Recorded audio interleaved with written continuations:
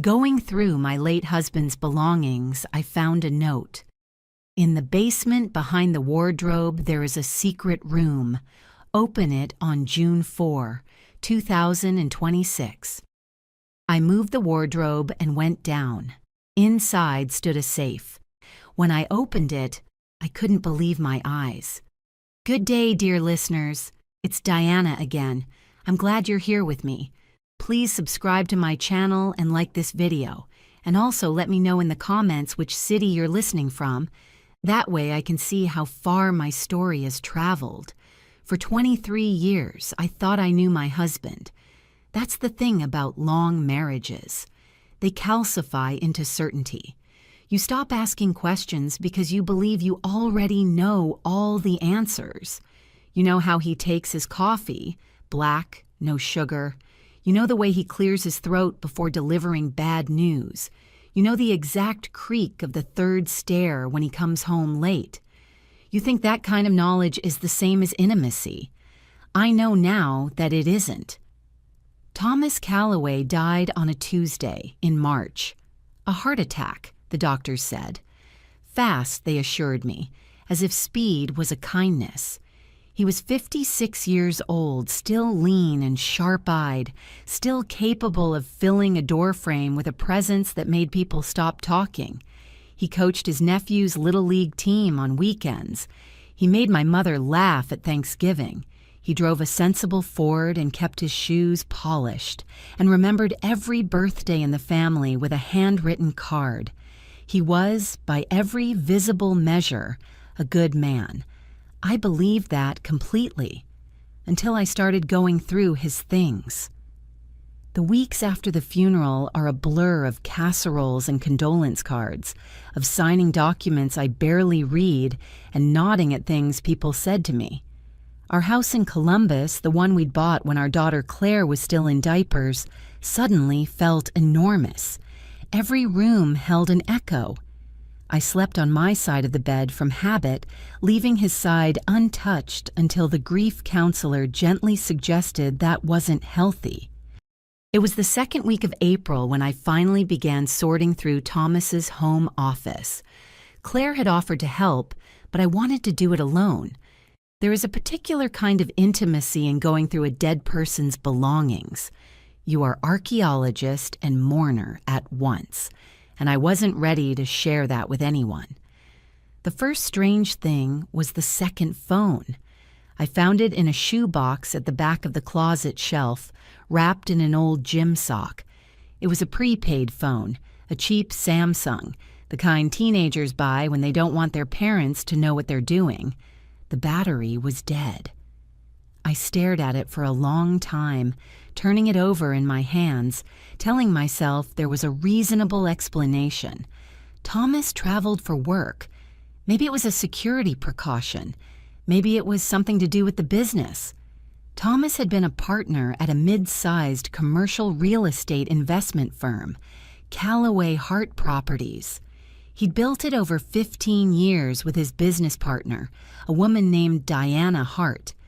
I had met Diana perhaps a dozen times over the years, at company events, at the occasional dinner. She was polished, efficient, and had always treated me with a particular brand of cool politeness that I'd interpreted as professional distance. She and Thomas had always insisted the partnership was purely business. I plugged the prepaid phone into a charger and waited. The second strange thing was the night I found the note. I had been working my way methodically through the basement, which Thomas had always called his domain. Tools, old files, Christmas decorations, and labeled plastic bins. He was organized in a way that had always impressed me. Everything in its place. The note was tucked inside an envelope taped to the underside of his workbench drawer. Not hidden exactly. It would have been found eventually by anyone cleaning out the space. It was written in Thomas's handwriting, the blocky engineer's print I'd seen on grocery lists and birthday cards for over 2 decades. In the basement, behind the shelf, there is a hidden room. Open it on June 4th, 2026. I sat down on the cold concrete floor and read it 3 more times. June 4th, 2026. That was 14 months away from when he died. He had written this knowing he would be gone, or at least preparing for that possibility. Why that date? Why not leave a lawyer's number, a key, an explanation? Why the theater of a secret room and a specific calendar date? I felt the first cold finger of something that wasn't grief. The shelf he meant was obvious once I looked. A heavy wooden unit bolted to the far basement wall, stacked with paint cans and old tools. I moved toward it and pushed. It shifted just slightly on concealed casters. Behind it was a door, plain and hollow core, with a standard keypad lock glowing faintly red. I stood there in the dim basement light, the hum of the furnace behind me, the smell of old wood and motor oil around me, and I understood with absolute clarity that I was standing at the edge of something I could not unknow. I went back upstairs. I made myself a cup of tea. I sat at the kitchen table where Thomas and I had eaten 10,000 breakfasts, and I waited for my hands to stop shaking. It was only April. The note said June 4th. I had 14 months' worth of questions, and no idea yet how dangerous the answers would be. I didn't open the room that night. I'm not sure I could have, even if I'd known the code. There is a particular kind of fear that doesn't announce itself as fear. It arrives dressed as calm, as practicality, as the simple need to sit quietly and think. That's what came over me as I sat at my kitchen table in the weeks following the discovery of the note. Not panic, not tears, just a cold, careful stillness, the way the air feels before a storm that hasn't decided what it wants to be yet. I started making lists. That has always been how I cope. I am a former high school history teacher, and I believe in the discipline of evidence. I got a yellow legal pad, and I wrote down everything that had struck me as odd about the last 2 years of Thomas's life. Things I had noticed, but explained away, because explaining away is what you do when you trust someone completely. The prepaid phone. I had charged it and found it wiped clean. Factory reset. Not a single contact or message remaining.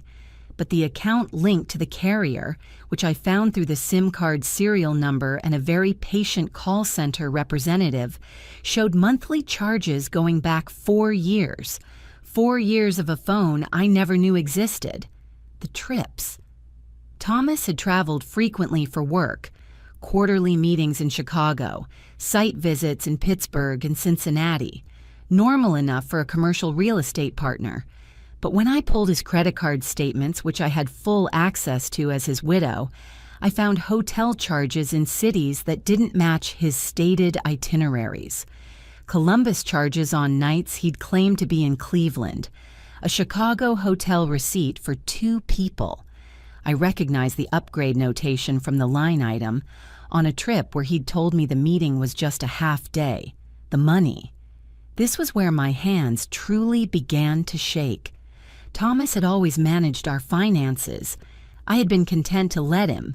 I had a teacher's salary, we lived modestly, everything seemed fine. But when I sat down with our actual accounts for the first time since his death, something felt wrong. We owned our house outright, yes. We had a retirement account. But Callaway Hart Properties had been profitable for years, and the distributions that should have flowed to Thomas's share seemed smaller than they should have been. Far smaller. I am not a forensic accountant, but I understood enough to know that something had been siphoned, structured, or hidden. And then there was Diana Hart. I thought about Diana carefully and methodically, the way I used to think about a historical source, looking for what it said, what it omitted, and who benefited from both. Diana had called me once after the funeral, a brief, formal condolence. Her brother, Connor Hart, who was the firm's retained attorney, had handled the estate filing paperwork and had been helpful and smooth, and had gently steered me away from several questions with the polished efficiency of someone who had been trained to do exactly that. At the time, I had interpreted this as competence. Now I wondered what it was he had been steering me away from. The fear was real. I want to be honest about that. I was 51 years old, a retired school teacher, alone in a house in Columbus, Ohio. I did not have a law degree. I did not have powerful friends.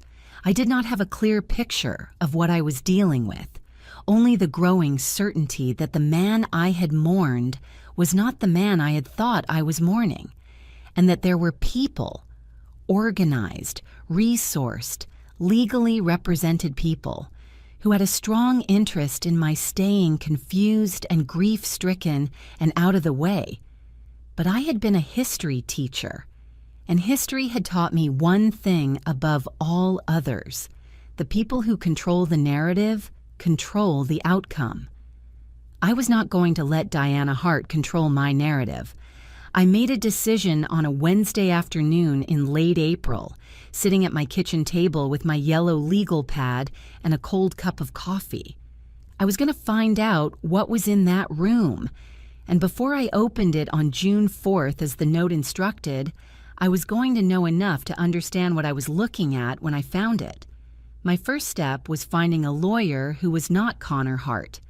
I asked my friend Patricia, who had been through a difficult divorce 3 years earlier and had come out the other side with her dignity and half her retirement intact, for a recommendation.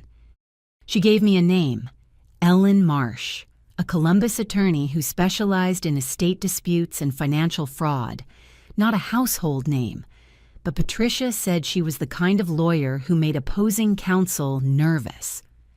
I called Ellen's office the next morning and made an appointment for the following week, telling the receptionist only that I had questions about my late husband's estate. I said nothing about a secret room or a hidden phone or Diana Hart. Not yet. My second step was quieter and more personal. I drove to the library, not the one near our house where people knew me, but the branch on the east side. And I spent an afternoon learning everything publicly available about Callaway Hart Properties, incorporation records, property filings, the firm's registered agent, business licenses. Connor Hart's name was on nearly every document. I drove home through the early evening, the city settling into its after-work rhythms around me, and I thought about the keypad in the basement, glowing its faint red, counting down to June 4th. 14 months had become 11. Whatever Thomas had locked in that room, he had chosen that date deliberately. I needed to be ready. I was going to be ready. Ellen Marsh's office was on the 4th floor of a building downtown that smelled like carpet cleaner and old paper, the kind of office that projects seriousness rather than prestige, which I immediately found reassuring. Ellen herself was in her mid-50s, compact and direct, with a kind of face that didn't perform warmth but didn't withhold it either. She listened without interrupting while I laid out everything I had: the note, the phone, the hotel receipts, the financial discrepancies, Diana Hart, Connor Hart's convenient involvement in my estate paperwork. When I finished, she was quiet for a moment, looking at her notes. "You haven't told anyone else about the room?" she asked. "No one," I said. She nodded slowly. "Good. Keep it that way." She explained what she could and couldn't do. She could petition the probate court to compel a full accounting of Callaway Hart's financials, citing the discrepancies I'd found. She could file a request to review all documents Connor Hart had prepared in his dual role, as the firm's attorney and as the person who'd processed my husband's estate, which was a potential conflict of interest significant enough to get a judge's attention. She could not make anything happen quickly, but she could make things happen in ways that would be very difficult to undo. The other side will know you've lawyered up within about 48 hours of me filing anything, she said. Are you prepared for that? I told her I was. She filed the initial motion on a Thursday in early May. By Saturday morning, I had a voicemail from Connor Hart. His voice was measured, pleasant, the voice of a man who had practiced being non-threatening in situations that were, in fact, quite threatening. He said he'd heard I had some questions about the estate and that he'd love to sit down and help clarify anything that was confusing. He said this was completely understandable given how overwhelming grief could be. The word overwhelming snagged at me like a splinter. He wasn't expressing sympathy. He was offering a diagnosis. I didn't call him back. 2 days later, Diana Hart called. I let that go to voicemail too, but I listened to it very carefully. Diana expressed condolences, again months after the funeral, and said she wanted to reconnect and take me to lunch. Her voice had a warmth I'd never heard from her in person, and that warmth, precisely because it was new, told me everything. They knew something was moving. They didn't know what or how much I knew. They were probing. I forwarded both voicemails to Ellen. The first concrete proof arrived not from a lawyer or a court filing, but from a woman named Gail Peterson. Gail was a former administrative assistant at Callaway Hart who had left the firm 18 months before Thomas died, a departure I'd heard about vaguely at the time and thought nothing of.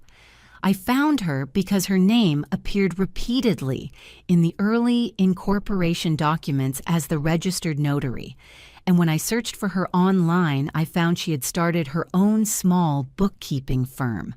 On impulse, I sent her an email through her business website, identifying myself as Thomas Callaway's widow and saying only that I was reviewing some old firm documents and wondered if she'd be willing to speak with me. She called me back within 2 hours. She had been waiting, she said, for someone to call. We met at a coffee shop in Westerville on a gray Tuesday afternoon in mid-May. Gail was around 40, nervous in the specific way of someone who had been carrying a weight for a long time and wasn't sure yet whether setting it down would feel like relief or catastrophe. She told me that for the last 3 years of her employment, she'd been asked by Connor Hart, always by Connor Hart, to notarize documents that she was not allowed to read in full before signing. Documents related to property transfers, asset restructuring, a series of LLCs with names she didn't recognize. She had raised concerns once and been given a raise and told to stop raising concerns. She had quit shortly after. She had not spoken to anyone about this because she had signed an NDA, and because Connor Hart was the kind of attorney who made sure you remembered that NDAs had teeth. But I kept copies, she said, and slid a manila envelope across the coffee shop table. My hands were steady when I took it. I don't know how.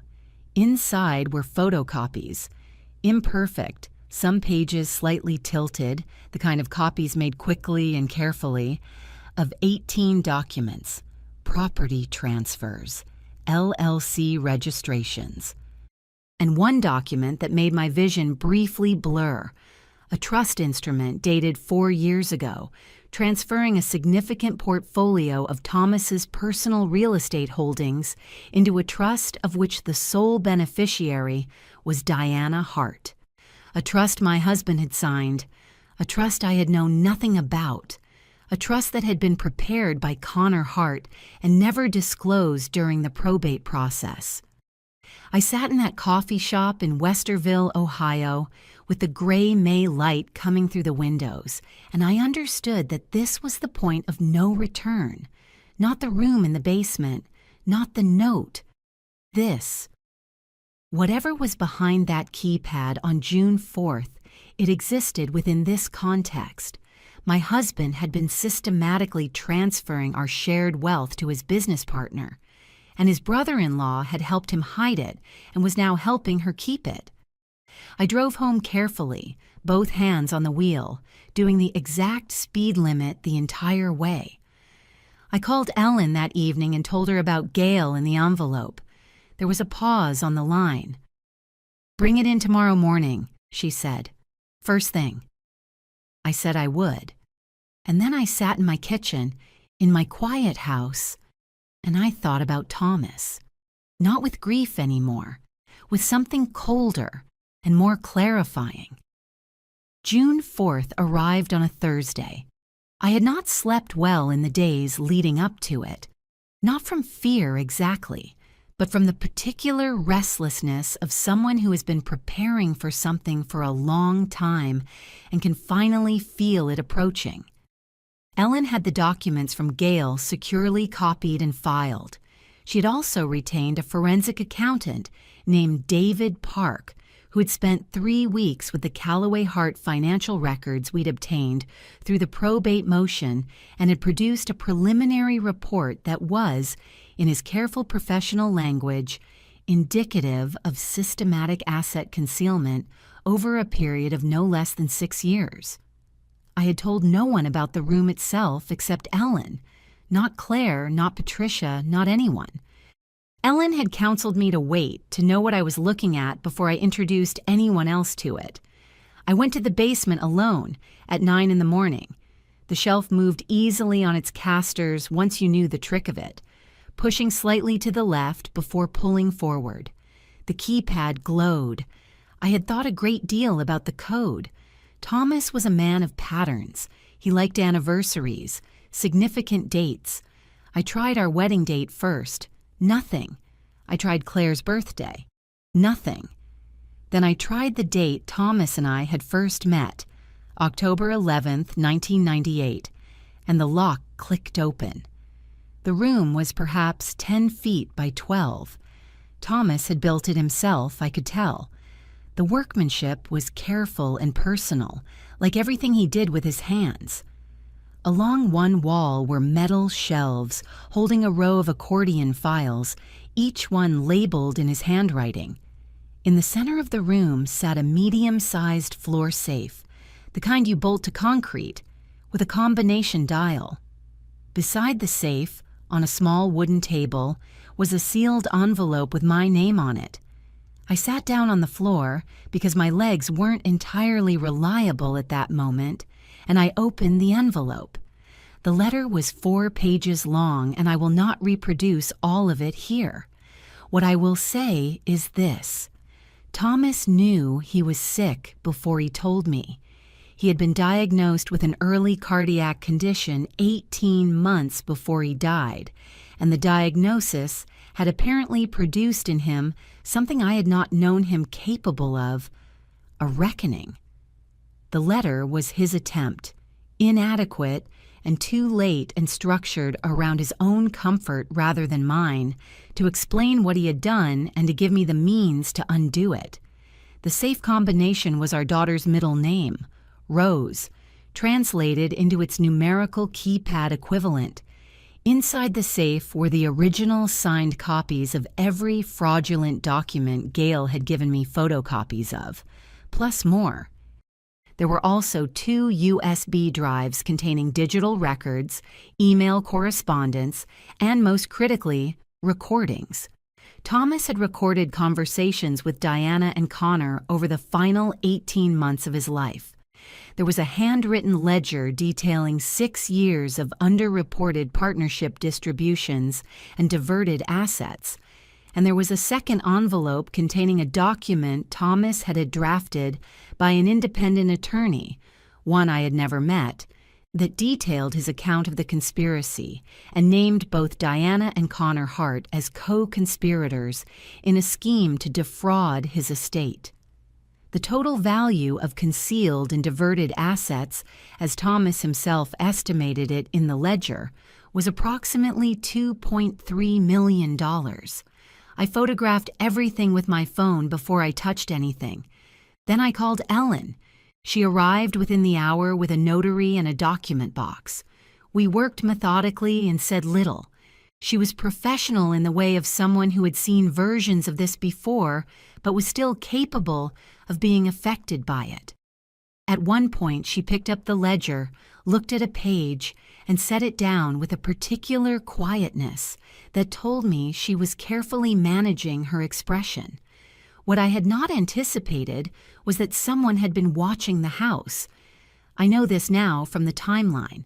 Connor Hart had retained a private investigator, this came out later, who had noted the arrival of Ellen's car and photographed it.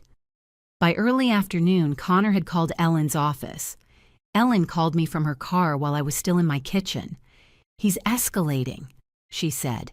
"He just told my associate that if you attempt to introduce any documents obtained from the deceased's private property without going through proper estate channels, he'll file an emergency motion to have the room sealed and all contents held in trust pending review.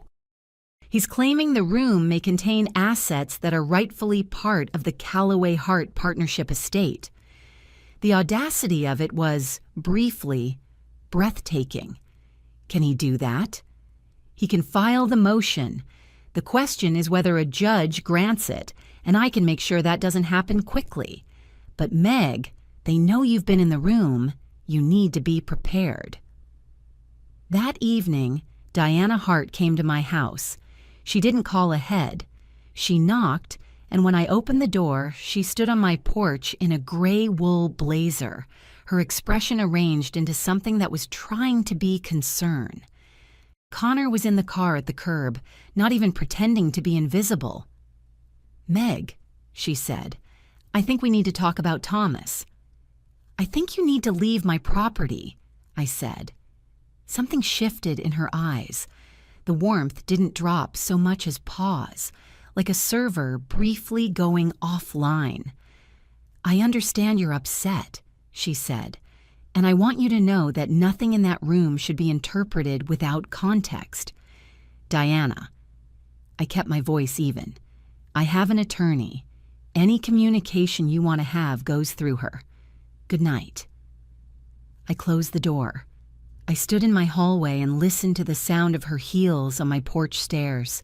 The car door, the engine starting, the sound of them driving away. My hands were shaking again, but this time I recognized the feeling clearly. It wasn't fear. It was adrenaline, which is a different thing. It burns, but it burns forward. I called Ellen and gave her a full account. She filed a protective order application the next morning. After that, I allowed myself 3 days. I drove to my sister Joanna's house in Cincinnati, took long walks along the river, ate food I didn't cook myself, and let Joanna's rescue dog sleep at the foot of my bed. I said nothing specific about what was happening, only that I was dealing with something complicated and I needed a few days of normalcy. The world hadn't ended. The documents were safe. Ellen knew what she was doing. I drove home on a Sunday afternoon and I felt, for the first time since Thomas died, entirely clear. The offer came through Connor Hart's office on a Monday morning, 12 days after June 4th. Ellen forwarded it to me with a single line: "Read this carefully before you react."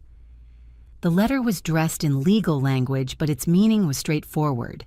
Diana Hart, acting in her capacity as surviving partner of Callaway Hart Properties, was prepared to offer me a settlement of $400,000 in exchange for my agreement not to pursue any claim against the firm, not to introduce the contents of the basement room as evidence in any legal proceeding, and to sign a non-disclosure agreement covering all aspects of my late husband's business affairs. The letter framed this as a gesture of generosity toward a grieving widow. It noted that litigation would be protracted, costly, and emotionally taxing. I read it twice. Then I set my phone face down on the kitchen table, poured myself a glass of water, and stood at my kitchen window looking out at the backyard, at the garden Thomas had maintained for years. The raised beds he'd built from cedar planks, the bird bath he'd installed the summer Claire was 12. I had, since his death, kept the garden going without fully deciding to. Some habits simply continue. $400,000 was not nothing. It was, for a retired school teacher with a paid-off house, a significant sum. They knew that. The offer was calibrated, large enough to feel like relief, small enough to be a fraction of what they'd taken. It was designed to look like mercy while functioning as a buyout of my silence and my claim on approximately $2.3 million. I called Ellen and told her to decline. "You're sure?" she asked. Not to second-guess me, I understood. She needed my voice saying the word. "Completely," I said. Ellen sent back a formal rejection the same afternoon. Within 2 hours, the tone from Connor's office shifted. He sent a follow-up letter, again through Ellen, noting that the offer was time-limited and that should it expire, the Hart family would be compelled to vigorously defend all aspects of the partnership arrangement, including questioning the provenance and admissibility of the basement materials, threatening to challenge the evidence. Of course. What struck me in those days was how quiet I felt. I had expected fear, the escalating kind, the kind that wakes you at 3 a.m. with a pounding heart. Instead, I found myself moving through my days with a steadiness that surprised me. I made my coffee. I called the forensic accountant. I reviewed documents Ellen sent me. I walked 2 miles every morning through the neighborhood, past other people's ordinary houses, and I thought very clearly about what I was doing and why. They were watching. I knew that. The private investigator was presumably still around, noting who came to my house and when. I didn't try to hide anything. I lived normally, visibly, going about my days in a way that made clear I was not frightened into inaction. The social support I found was not dramatic or cinematic. It wasn't a group of powerful friends rallying around me. It was quieter and more sustaining than that. Patricia came over on a Wednesday evening and I told her, carefully, without legal specifics, but honestly, what I was dealing with. That I had discovered Thomas had hidden assets, that there were people trying to prevent me from recovering them, that I was fighting it. She listened without filling the silence with reassurance, which was exactly what I needed, and then she said, "You were the most organized person in our school for 15 years. They picked the wrong woman to try to confuse." I laughed for the first time in weeks. Ellen told me about a support network for surviving spouses who discovered financial fraud, not a formal legal service, but a private online group, carefully moderated, where women in similar situations shared information and resources. I joined under a pseudonym. I read other women's stories for several evenings in California, in Texas, in Georgia, women who had discovered hidden accounts, secret families, real estate schemes. Some had prevailed. Some were still fighting. All of them had found the same thing I was finding, that the loneliness of being deceived by someone you loved was its own particular grief, distinct from the grief of losing them, and that naming it helped. I also called Claire. This was the conversation I had most dreaded, and I had been postponing it. Claire was 27 and lived in Portland, pragmatic, clear-eyed, and closer to her father than she would ever have admitted. She deserved to know, and she deserved to hear it from me. I told her over the phone on a Sunday evening, methodically and without editorializing. The hidden assets, Diana Hart, the room, what the documents showed. There was a very long silence when I finished. "How long have you known?" she asked. "Since April," I said. Another silence. Then, "Why didn't you tell me sooner?" "Because I needed to know what I was dealing with before I brought you into it." I heard her exhale. "Okay," she said quietly. "What do you need from me?" "Nothing yet," I said. "I just needed you to know." She flew home the following weekend. She didn't say much about her father, not directly, but she sat with me at the kitchen table while I went through files, and when I looked up, she met my eyes with an expression I recognized.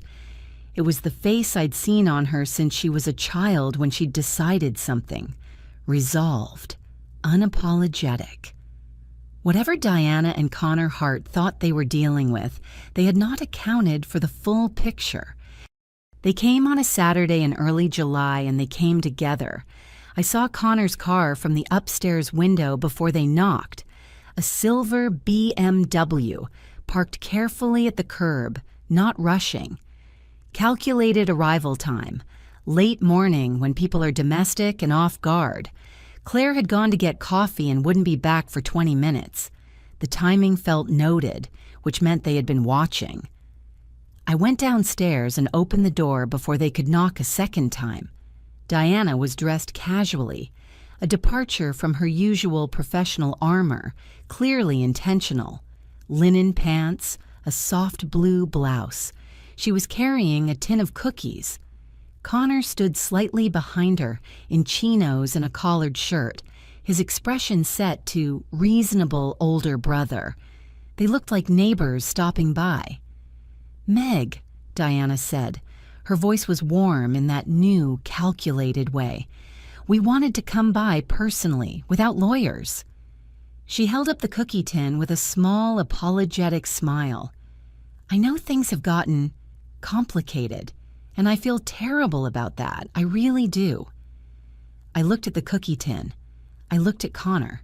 I stepped back slightly from the door, not enough to invite them in.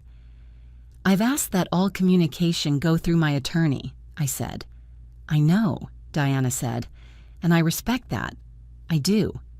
But Meg, this is between us, not lawyers. Thomas would have hated all of this. You know that. He would have wanted us to handle this as a family." There it was. Thomas would have wanted. The invocation of my dead husband's wishes, used as a lever. I had been a high school teacher for 22 years. I had seen 17-year-olds deploy more sophisticated manipulation, but Diana delivered it with enough genuine feeling that I could see how, in an earlier state, grief raw, confused, overwhelmed, it might have worked. "Can we just come in for 10 minutes?" Connor said. "Not as adversaries, as people who all loved Thomas." Loved Thomas. I let the phrase settle. "No," I said. Diana's expression shifted. Only slightly, but I was watching for it. The warmth dimmed 1 degree. "Meg, I want you to think carefully about what you're doing. The documents in that room, Thomas prepared them during a period when he was very ill, very frightened. He wasn't thinking clearly. What he wrote about me, about Connor, it's not the full picture." "Then you'll have an opportunity to present the full picture to the court," I said. Connor spoke then, and the pleasantness in his voice thinned. "If this goes to litigation, Meg, it will be very public. Thomas's reputation, everything he built, becomes fair game. Do you want Claire reading about her father in the newspaper? Because that's what's coming if you keep pushing." There it was, too. Claire. The threat dressed as concern. I felt something move through my chest. Not quite fear, but adjacent to it. They were right that it would be public. They were right that it would be painful. They were counting on that pain to make me hesitate. "Connor," I said, "threatening to destroy Thomas's reputation in court in order to protect assets that were fraudulently transferred is the kind of strategy that tends to look very bad in front of a judge. I'd encourage you to discuss that approach with your own attorney." A silence. Connor's jaw tightened. Diana looked at him briefly.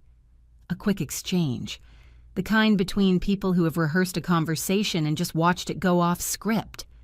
"You're making a mistake," Diana said, and the warmth was entirely gone now. The cool politeness I had known from years of company dinners was back, stripped of its pretense. "We're trying to offer you a way through this that doesn't destroy everything." "Everything that was hidden from me," I said. "Meg." "Goodbye, Diana." I closed the door.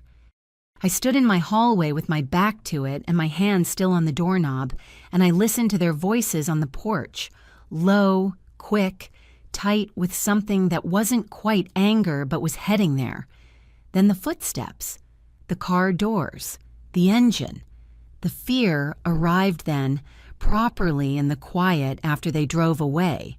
It sat in my stomach like cold water, and I let it. Connor's threat about Claire, about public exposure, about Thomas's reputation, those weren't empty. He was a lawyer. He knew how to make things ugly and protracted and costly in ways that had nothing to do with winning. But then the fear did something I hadn't expected. It clarified. Because beneath the fear was something more solid.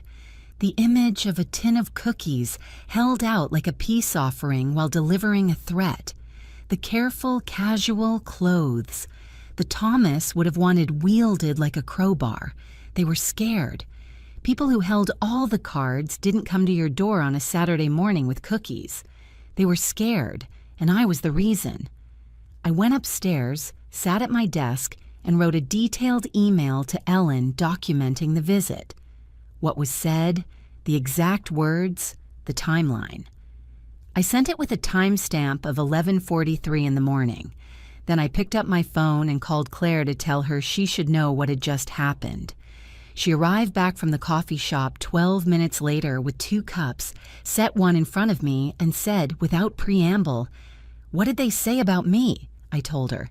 She was quiet for a moment. Then, "Cowards," she said, with a precision that reminded me fiercely of myself at her age. I drank my coffee.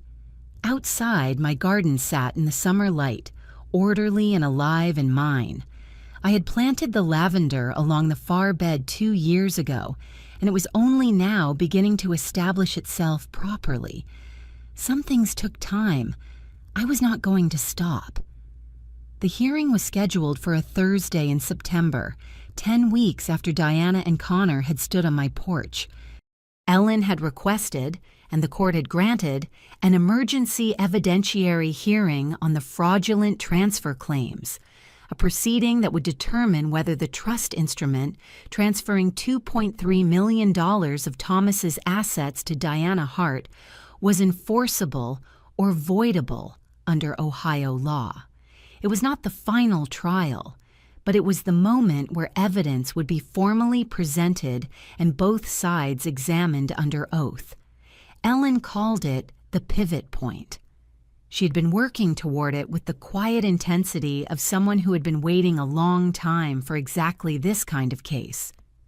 I drove to the courthouse in Columbus on a gray September morning with Claire beside me. I wore a dark blazer and flat shoes and carried a folder I didn't need but wanted in my hands. I felt, going through the security scanner, an extraordinary stillness. The hearing room was smaller than I'd imagined from television. A standard wood-paneled courtroom, fluorescent lit, with the muffled quality of a place designed to contain things. Connor Hart and Diana arrived with 2 additional attorneys from Connor's firm, a display of force that Ellen had anticipated and said would likely impress no one. Diana was back in her professional armor, tailored charcoal suit, hair controlled, but I noticed, watching her take her seat, that she was holding her pen very tightly. Ellen presented our case with an efficiency that I had come to recognize as her highest register of confidence. No theatrics, no building tension for its own sake, just the orderly introduction of facts that accumulated into something irrefutable. The Gail Peterson documents. David Park's forensic accounting report, which concluded that Thomas's partnership distributions had been artificially suppressed since 2018, resulting in approximately $1.1 million in underpayments to his estate. The audio recordings from Thomas's basement, which Ellen had had authenticated by a digital forensics expert before the hearing, in which Thomas and Diana discussed the trust arrangement in terms that made clear Meg's ignorance of it, was not an oversight, but a deliberate condition of the plan. The recordings were the thing. Ellen played 2 of them through the courtroom's audio system, not long, perhaps 4 minutes total, and in the silence that followed, I watched Diana Hart. She'd gone very still, the kind of stillness that isn't calm. Connor wrote something on a legal pad and passed it to her. She didn't look at it. Then it was Connor's turn.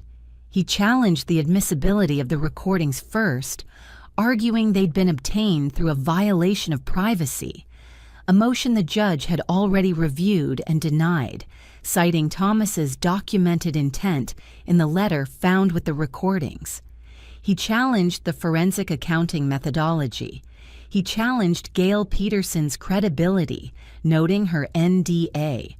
The judge, a woman in her 60s with the expression of someone who had heard every variety of human dishonesty and was not interested in hearing a new one, asked Connor directly why the trust instrument had not been disclosed during the probate process. Connor had an answer. It was a technical answer, carefully constructed, involving the classification of the trust as a pre-death inter vivos transfer rather than a testamentary bequest, and therefore outside the scope of standard probate disclosure. So your position, the judge said, is that your client lawfully received $2.3 million in assets from the decedent without the knowledge of his spouse, and that you, as the estate's retained counsel, had no obligation to disclose this to the surviving widow during probate. In the technical legal sense, Your Honor. I understand what you're saying in the technical legal sense, Mr. Hart. I'm asking whether you believe it. A silence. And in that silence, that 5-second gap between the judge's question and Connor's answer, Diana Hart turned and looked at him. It was the first time I had seen something crack in her composure. Not anger, something more like fear. The real kind. The kind that doesn't have a strategy ready. Connor began his answer and it came out slightly wrong. Too many qualifications, a sentence that started in one direction and corrected into another. The judge's expression didn't change, but she made a note. They called Diana to the stand. Ellen questioned her with the kind of precision that didn't allow time for comfortable improvisation. The recordings were played again.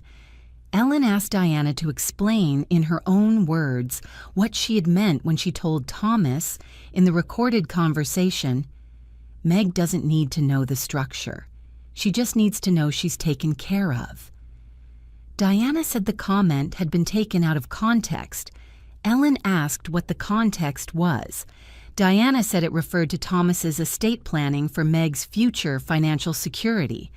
Ellen pointed out that the trust in question named Diana Hart, not Margaret Calloway, as the sole beneficiary. There was a pause. Diana began to explain that there had been subsequent arrangements, planning that was ongoing, and Ellen quietly introduced an exhibit showing that no such subsequent arrangements had ever been filed, drawn up, or legally documented in any form. Connor objected. The judge noted the objection and overruled it. I sat at the plaintiff's table and I watched Diana Hart on the witness stand look for a version of events that still worked and come up empty. It was not a satisfying thing to watch. Exactly. It was more like watching a piece of architecture you had once admired reveal the flawed engineering at its core. Something that looked solid, finally showing you what it was made of. I thought of the note in the workbench drawer. Open it on June 4th, 2026. Thomas had known he was leaving me a loaded weapon. He had been too much of a coward to detonate it himself, to confess while he was alive, to look me in the face and say I betrayed you, and here is the evidence. He had handed me the gun from the grave and left me to do the hard part. That was a wound I hadn't finished with yet.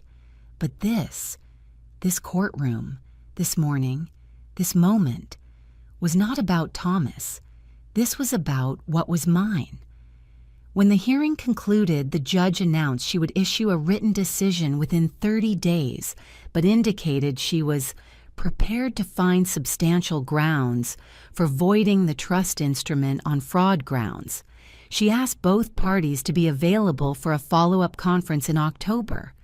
In the hallway afterward, Ellen allowed herself a small, precise smile. "That went well," she said. "Yes," I said. Claire took my hand briefly and didn't say anything. She didn't need to. The judge's written decision arrived on a Wednesday in late October, 31 days after the hearing. Ellen called me 20 minutes after it hit her inbox. I was in my kitchen. That table had become my command center throughout all of this. I had a cup of coffee that had gone cold in front of me, and I was looking at nothing in particular. "She voided the trust," Ellen said, "entirely." I set down the coffee cup. The court found the trust instrument was executed under circumstances constituting constructive fraud against a marital interest under Ohio law. Ellen continued, "The transfer is void. The assets revert to Thomas's estate, effectively to you as the primary heir." "And the probate concealment?" I said. "The court has referred Connor Hart's conduct to the Ohio State Bar for a disciplinary investigation, citing a probable violation of his duties as a state counsel. We're also filing the civil fraud claim separately, against both Diana and Connor individually, which will proceed on its own schedule. $2.3 million in assets returning to the estate, an attorney facing professional discipline, a civil fraud claim built on recordings Thomas himself had made, documents Gail Peterson had kept for years against the day someone came asking, and a forensic accounting report so thorough that the other side's own expert had failed to materially challenge it. I had not sought a dramatic ending. I had sought a true one. The civil claim settled 8 months later, before trial. Their attorney, not Connor, who had been forced to withdraw due to his own involvement and was by that point managing his bar investigation, contacted Ellen with a proposal. It was, Ellen told me, the offer of people who had done the math and understood they were going to lose. The final settlement figure, in addition to the estate recovery, was $680,000, representing suppressed partnership distributions, legal fees, and interest. I signed the agreement on a Tuesday morning at a neutral location. Diana Hart was not in the room. Her attorney signed on her behalf. Connor Hart was disbarred 8 months after that. Multiple violations, failure to disclose a conflict of interest, breach of fiduciary duty, conduct involving dishonesty and misrepresentation. The decision was posted publicly on the bar's website. Ellen sent me the link without comment. I read it once and didn't read it again. Diana Hart attempted to maintain the real estate firm after the settlement, but without the voided assets and with the reputational damage of being publicly identified as the beneficiary of a fraudulent trust, the business contracted rapidly. She sold her Columbus condo and moved out of state within a year. I didn't track where she went. I had no interest in Diana Hart's future. I had spent enough of my life in proximity to her past. Ellen had been extraordinary. I told her so at our final meeting plainly, looking at her directly. She accepted it without deflection or excessive modesty. Cases like this should go the way this one went, she said. They don't always. I drove home through a November Columbus afternoon thinking about the legal pad I'd started on the kitchen table 18 months earlier. The list of things that hadn't seemed right. The discipline of a woman who had spent 22 years teaching young people to look at evidence, ask hard questions, and follow them wherever they led. I had done that. In the middle of grief, in the middle of betrayal, under threat from two people with more legal resources than me. It had come out this way. The safe in the basement sat empty. I had already decided to have the room dismantled. Thomas had built it. I was glad he had, and I wanted it gone. Some things serve their purpose completely and leave. My new life did not begin with a dramatic gesture. It began gradually and without announcement, the way most real things do. I sold the Columbus house in the spring. I gave myself the full winter to decide, and by February I knew. The house had been the site of a marriage I now understood differently, and I wanted a place that was mine in the way a beginning is yours, without the weight of all those years inside the walls. I bought a smaller house 3 miles away, good kitchen, south-facing garden, enough space for Claire when she visited. I turned the basement into a writing room because in the year of my legal case I had started keeping a journal and found I hadn't stopped. I took a part-time consulting position helping a nonprofit navigate estate fraud cases, useful work, which I have always found better than glamorous work. Patricia came to my housewarming with champagne and said, "You know what's remarkable? You don't seem angry." "I'm not," I said. And it was true. I had done my grieving. For Thomas. For the marriage I'd thought I had. For the years he had quietly built a separate life. Grief reorganizes itself eventually, from something that arrests you into something you carry. Claire and I were closer than before any of this. She showed up when it mattered.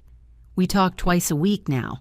In the spring, I began to date again, carefully, with the wariness of someone who had learned that character and presentation are not the same thing. A man named David, who taught architecture and was transparent about his life in the small ways Thomas had not been. I am not in a hurry. I am not afraid. Diana Hart relocated to Phoenix, where a smaller real estate venture failed within 2 years. Depleted capital, damaged reputation, no institutional partners willing to take the risk. Connor's disbarment ended his professional life entirely. Public record of his conduct toward a grieving widow left his reputation beyond recovery. Neither of them remained in Columbus. I do not think about them often. Gail Peterson had her NDA declared unenforceable and received formal recognition from the Ohio State Bar. I sent her flowers once. She sent back a note. "I'm glad you knocked." So am I. The lavender I transplanted from the old house took hold in my new garden and bloomed the following summer. Dense, fragrant, the kind of established thing that only gets better with time. I was established. I was blooming.